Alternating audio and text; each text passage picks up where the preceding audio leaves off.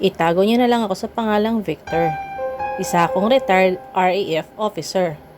Noong 1919, nagpa-take ang aming squadron ng isang photo para na rin meron kaming souvenir bilang isang grupo na minsan nakipagdigma ng World War I.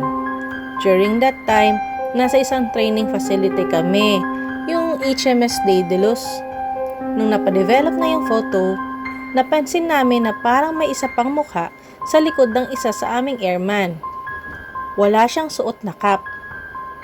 Nakilala namin agad kung sino siya. Siya si Freddie Jackson, isa sa aming kasamahan na namatay during the same year. Siguro hindi pa siya aware na wala na siya dito sa mundo, kaya humabol siya sa aming group photo.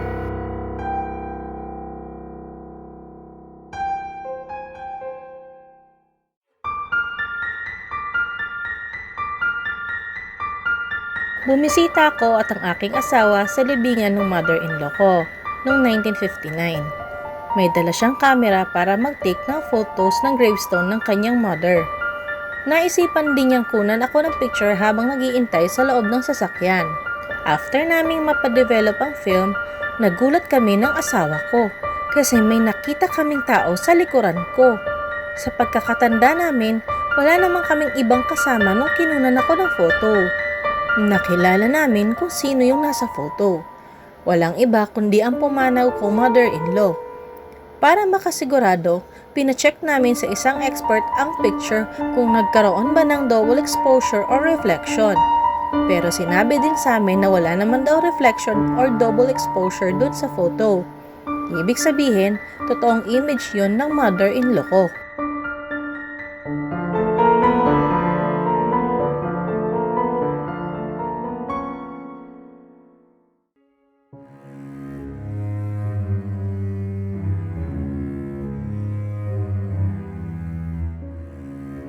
Ako si Terry I. Clanton, isa akong actor, recording artist, at isang cowboy poet.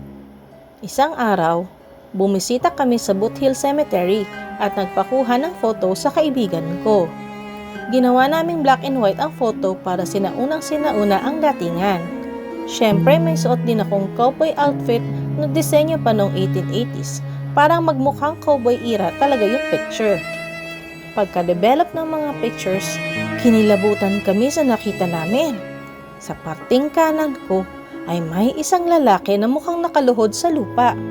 Tandang-tanda ko pa noon, wala namang ibang tao sa lugar na yun kundi kami lang.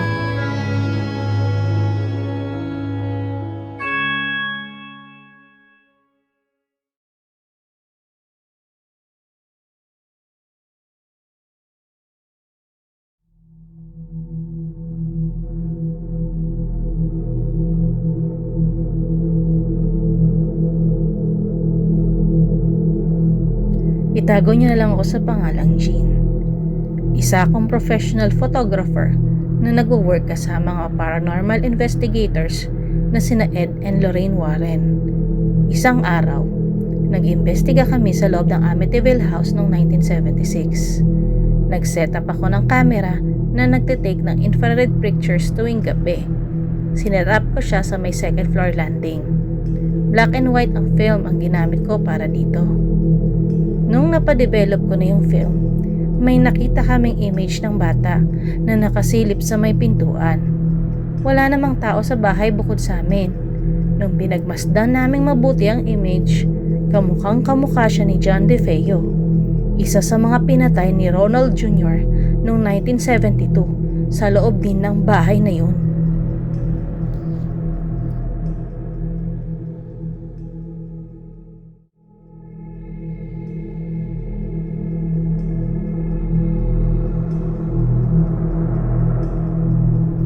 Isa akong professional photographer na minsan nag-work para sa Coventry Freeman Organization. Noong January 1985, nagkaroon sila ng dinner event sa loob ng St. Mary's Guildhall sa Coventry, United Kingdom. Nung napidevelop ko na yung mga film, may nakita silang kakaiba dun sa picture. Habang sila'y nagdadasal at nakayuko, meron isang tao na kakaiba yung suot at nakayuko din.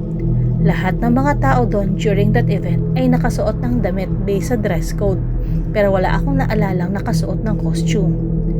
Yung mga nakakita dun sa picture ay nagtanong-tanong sa kanilang mga kasama kung natatandaan ba nilang may nakasuot ng costume, pero sinabi din nila na wala naman.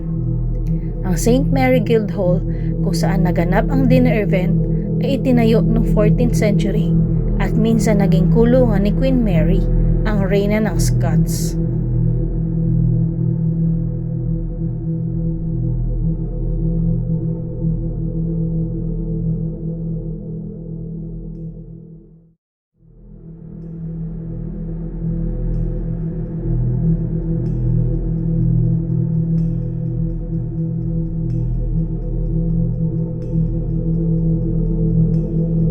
Itago niyo na lang ako sa pangalang Chris.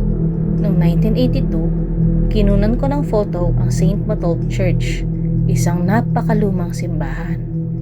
Noong oras na yon, ako at ang aking asawa lang ang nasa loob ng parokya. Nung napadevelop ko ng photograph, nagulat ako kasi may ibang tao sa balkonahe kalapit ng altar.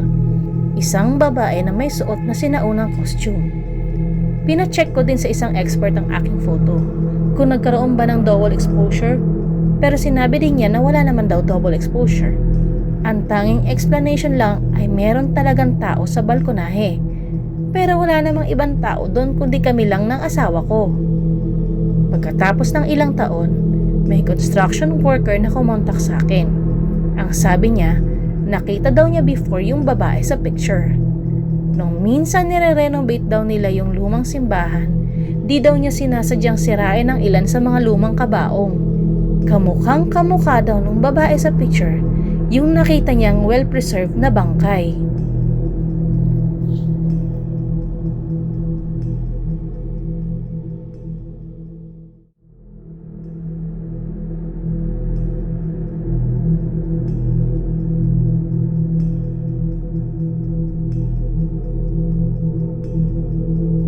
Ako si Montague Cooper, isang professional photographer noong early 20th century. Isang furniture dealer ang nag-request na kunan ko ng photo ang Queen Anne Style Bureau dahil nais niyang ibenta yon sa magandang halaga. Ngunit nung napadevelop ko na yung photo, hindi ko ma-explain kung bakit may putol na kamay sa ibabaw ng bureau.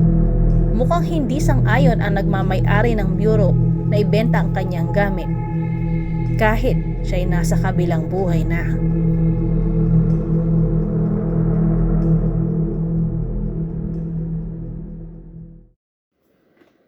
Shoutout po sa mga subscribers at mga nanonood. Piling Pinoy, 4K World of Cars, Cheerio Martinez, Bingerville Renaissance, Dark Dream Valley, Jacob Abdel. Kung gusto niyo pong magpadala ng mga nakakatakot na stories, either fiction po o kaya naman po ay based po sa totoo niyo pong experience, pwede niyo pong ipadala sa thstagaloghorrorstories@gmail.com. Maraming salamat po sa pakikinig!